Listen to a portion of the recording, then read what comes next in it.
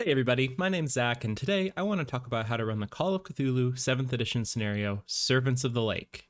The Servants of the Lake is from the book Doors to Darkness, and like every scenario in this book, it's written for new keepers and new players specifically, and it can be run in a single session. Servants of the Lake is a missing persons case, so the PCs are called to investigate the disappearance of a Miskatonic University student named James Fraser, who has apparently left his classes a week ago to go meet up with his sweetheart in Kingsport, Rhode Island. Unfortunately, he never arrived, and the only lead that his father currently has to his whereabouts was a phone call where he discussed potentially staying the night at a motel along the highway. So the PCs have to follow James's route and snoop around at the motel where he stayed, where not everything is as it seems.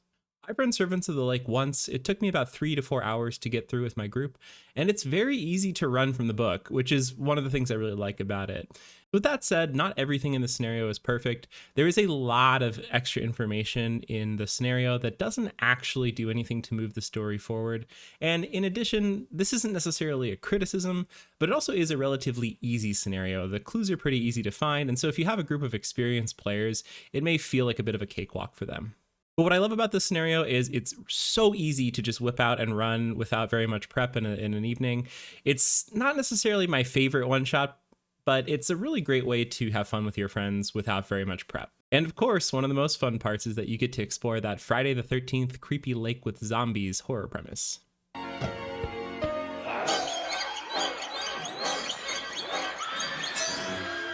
So in this video, I'm going to spoil the mystery so that you understand what's going on behind the scenes at the motel.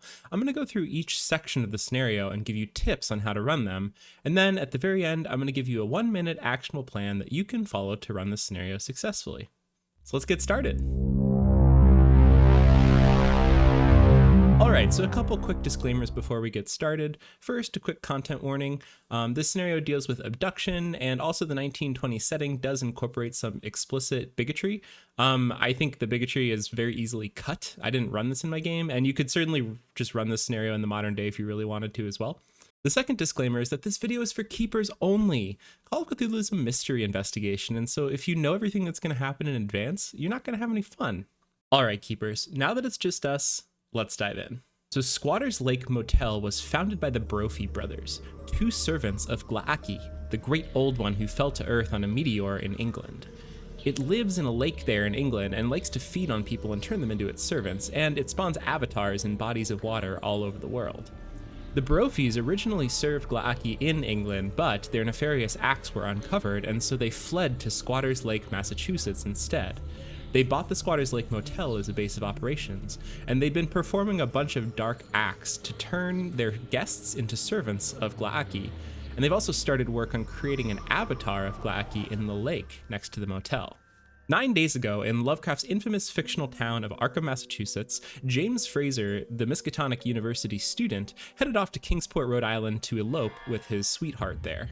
James got tired during his drive, and so he decided to stop for the night at the Squatter's Lake Motel, where he was attacked by the Brophies. In James's case, their experiments succeeded and he was turned into a servant of gla'aki.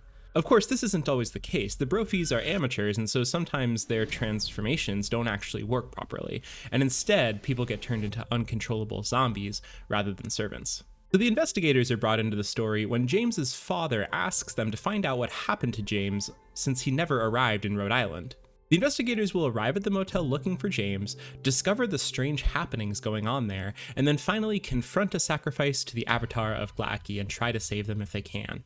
Those of you who have read this scenario may notice that I left out all of the detail about the Squatter's Lake backstory and the Abenaki Native American tribe that used to live there. And this is really where the main problem with this scenario rears its head for the first time, which is to say there is just way too much backstory in this scenario that doesn't actually matter to the players.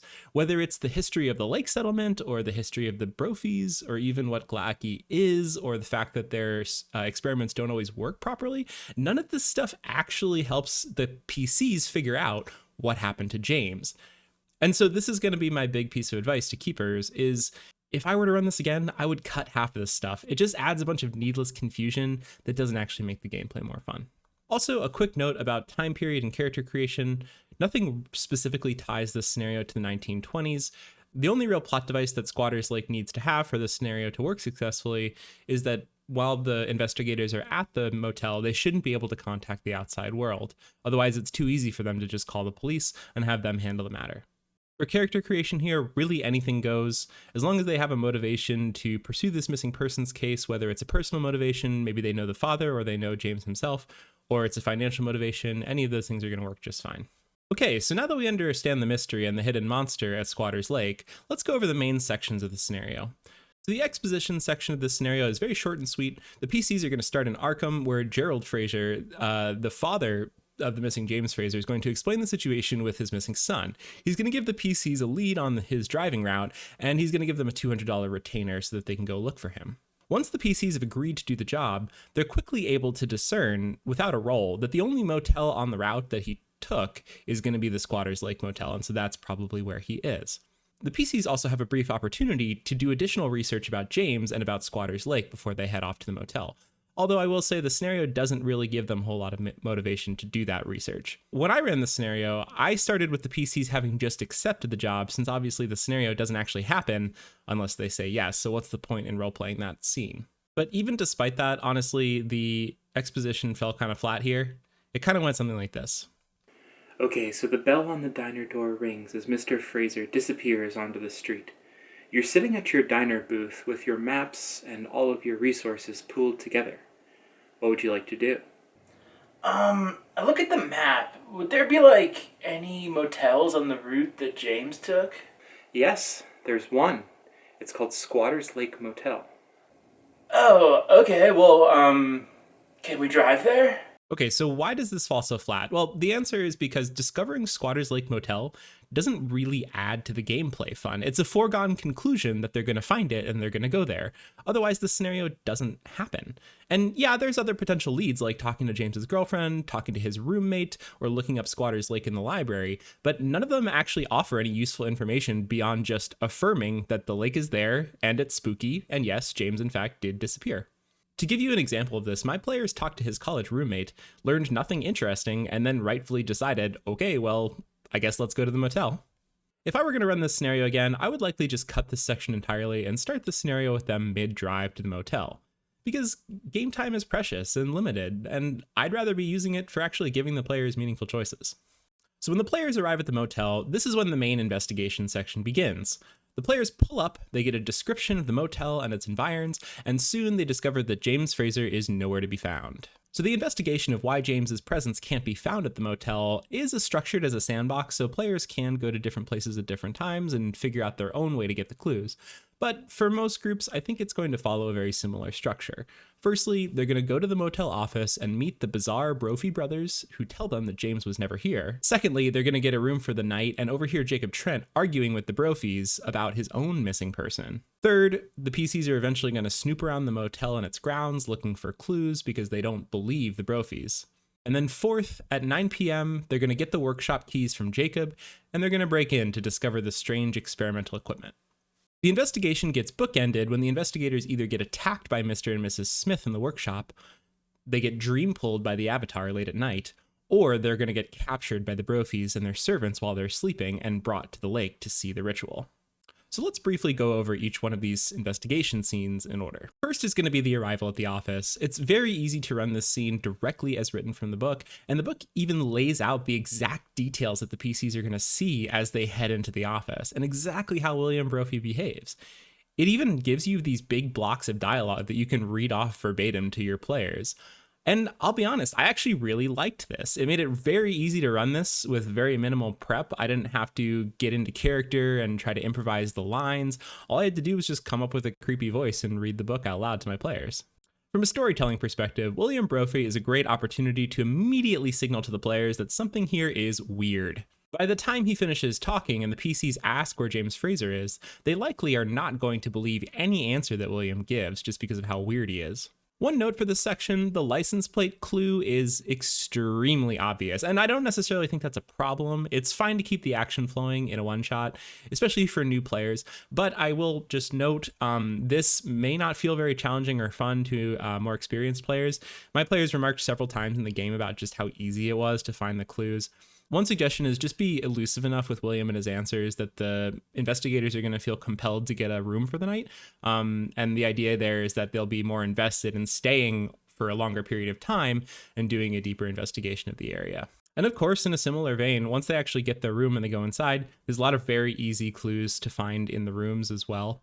Saying there's an area rug, for example, is a dead giveaway. My player lifted it up immediately to reveal the trapdoor.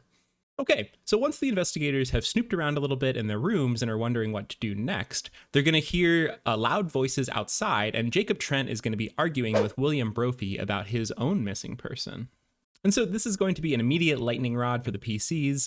They're going to hear somebody with the same problem as them, and so they're going to want to go and talk to Jacob about this. I play Jacob as a pretty cagey dude who's terrified of everything that's been going on for the past week and is kind of in survival mode. But once he recognizes that the PCs have the same goals, he becomes a trusted ally for them. He's going to share the information that he has about the strange noises that he's heard, and later on he's going to help them get the workshop key so that they can go investigate there. Since Jacob is such a great potential ally for the PCs, I make sure to play him very sympathetically and so that the PCs will like him. He also comes in handy in a different way, which is that when one of my PCs took a meat hook to the head from Mrs. Smith, they were more than happy to take over Jacob as a backup character for the rest of the scenario. My music will help.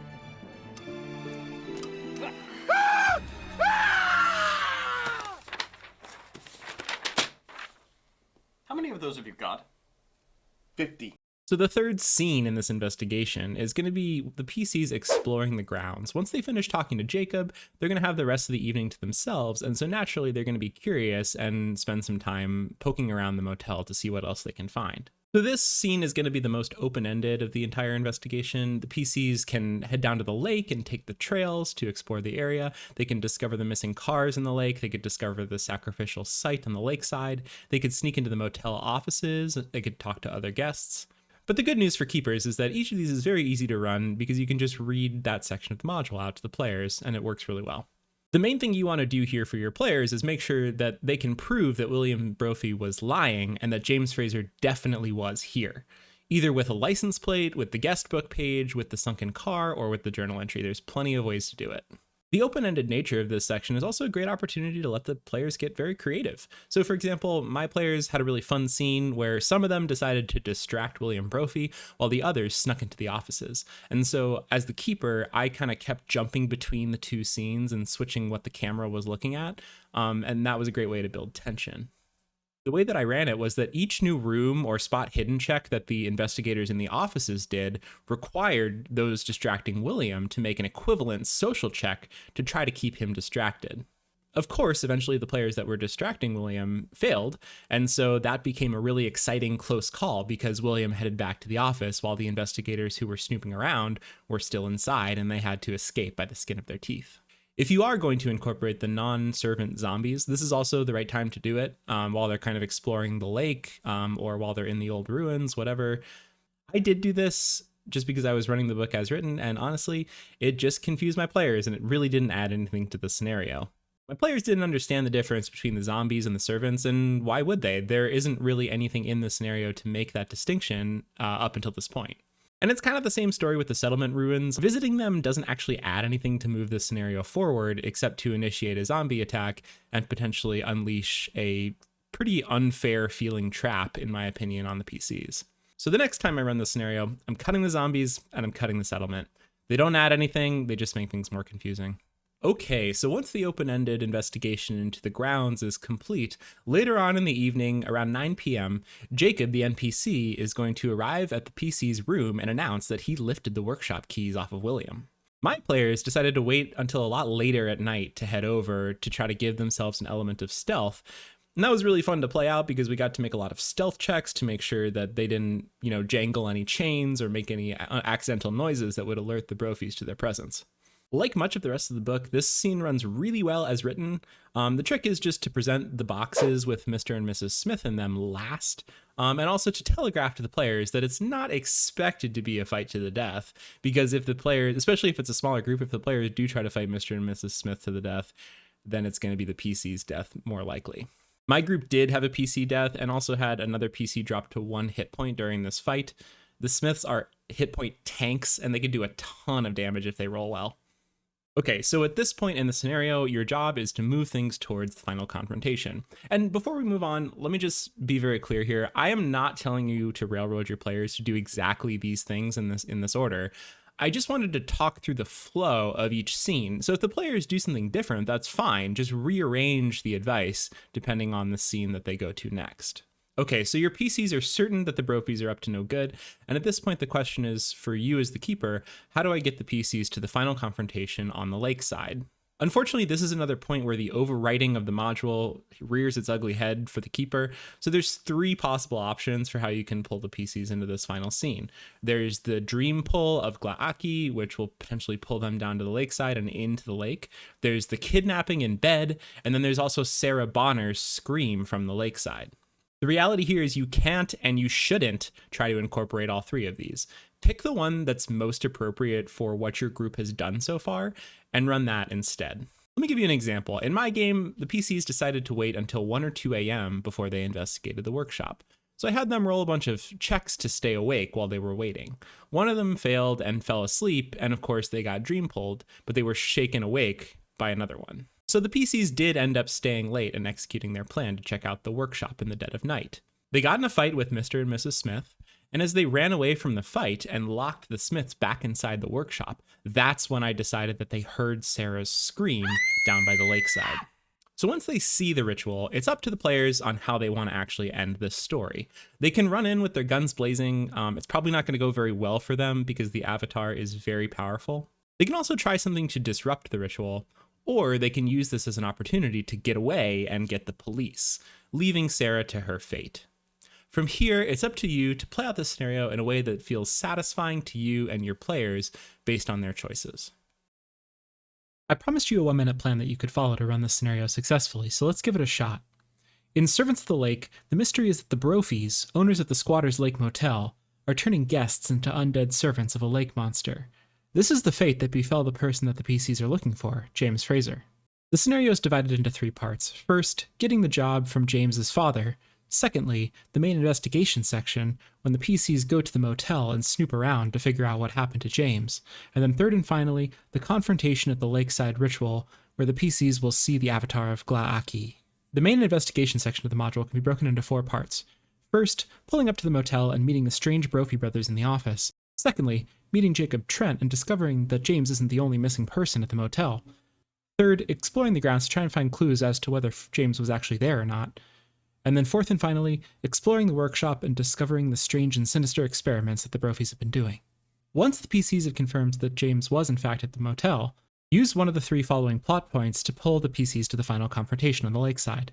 First, the dream pull of gla'aki. Second, an attack and kidnapping in the middle of the night. Or, third and finally, the shriek of an NPC about to be sacrificed. Once the PCs see the terror at the lakeside, it's up to them about how they want to resolve the situation. They could run away, leaving the NPCs to their fate until they're able to go bring back help. Or they could try to disrupt the ritual, which might have serious consequences for their health and safety. Okay, so that's Servants of the Lake. It's a fun, campy horror one-shot that you can play with your friends on any given evening, and the nice thing about it is you don't have to put in a ton of work to get this thing running smoothly for your players. With that said, it is quite overwritten, so I do suggest cutting all the elements that don't directly move the story forward, but if you're looking for a fun way to introduce your friends to Call of Cthulhu without having to do a bunch of prep, this is a great opportunity to do that. So I hope this video was helpful. I'm doing my best to put out regular RPG content on this channel, so be sure to subscribe so that you don't miss anything coming down the pipe. Thanks for watching, and I'll see you in the next one.